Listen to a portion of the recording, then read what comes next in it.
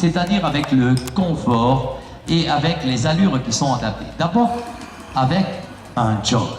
Quelle différence y a-t-il entre le trot et le jog? Elle est énorme. Le jog est une allure qui est calculée, réfléchie. Le cheval doit obligatoirement être d'un confort exceptionnel.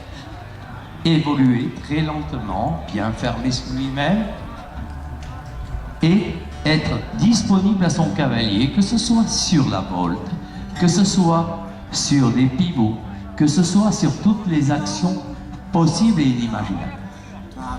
Pour cette partie-là, on va les laisser évoluer et puis on va regarder. Regardez la nécessité de travail qu'il y a dans le lope, car le lope, c'est le galop. Attention, ce n'est pas le canter. Le canter est un galop rapide.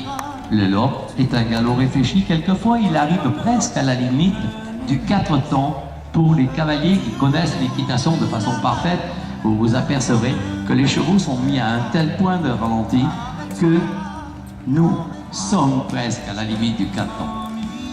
On va laisser évoluer ces cavaliers-là encore quelques instants pour vous montrer justement cette disponibilité. Donc, les ordres, lorsqu'on est dans une piste et que les chevaux évoluent, on va demander au cheval le lope, ce que vous voyez là.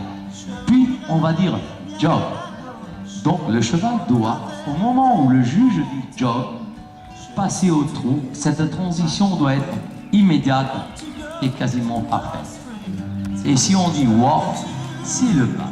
Et là, cette transition, c'est pareil. L'évolution de la main doit être d'une discrétion totale.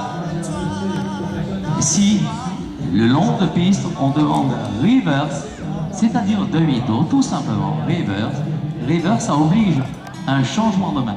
À la différence près, c'est que lorsque on est en pleasure, le reverse est tout simplement fait sur une volte inversée, comme vous venez de le voir, une demi-volte inversée, comme vous venez de le voir, alors que si on dit rollback, c'est pas du tout la même manière.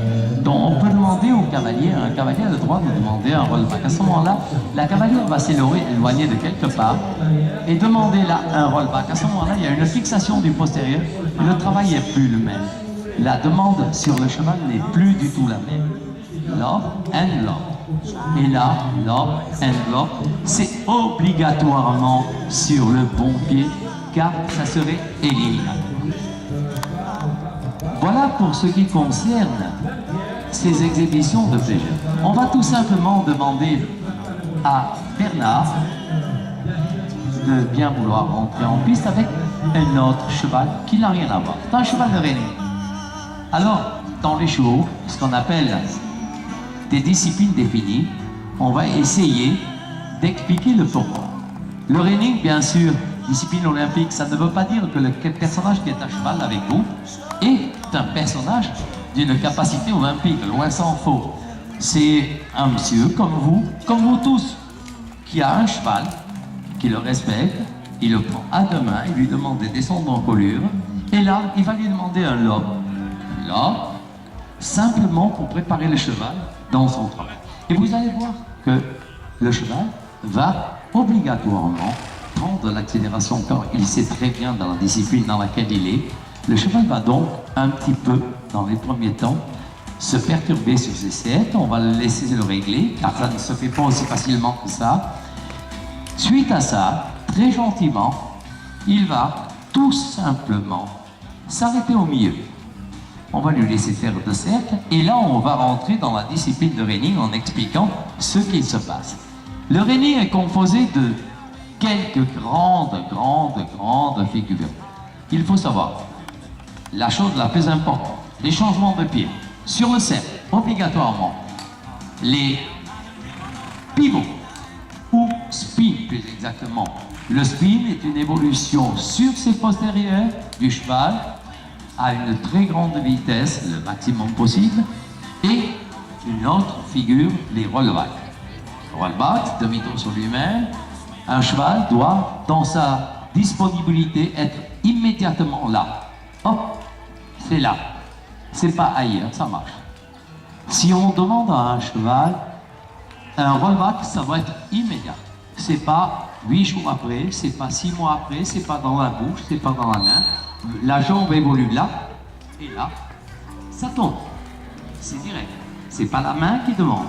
Voilà pour ces parties-là. Tout simplement pour dire que toute l'équitation western est basée sur l'arrière-main. L'évolution du cheval, c'est sa jambe qui l'a fait, c'est pas la main. La main est inutile. La main ne fait pas mal. On nous reproche souvent que l'équitation western, c'est nos embouchures. Absolument pas. La bouche d'un cheval n'est jamais touchée. Un cheval doit évoluer dans la disponibilité.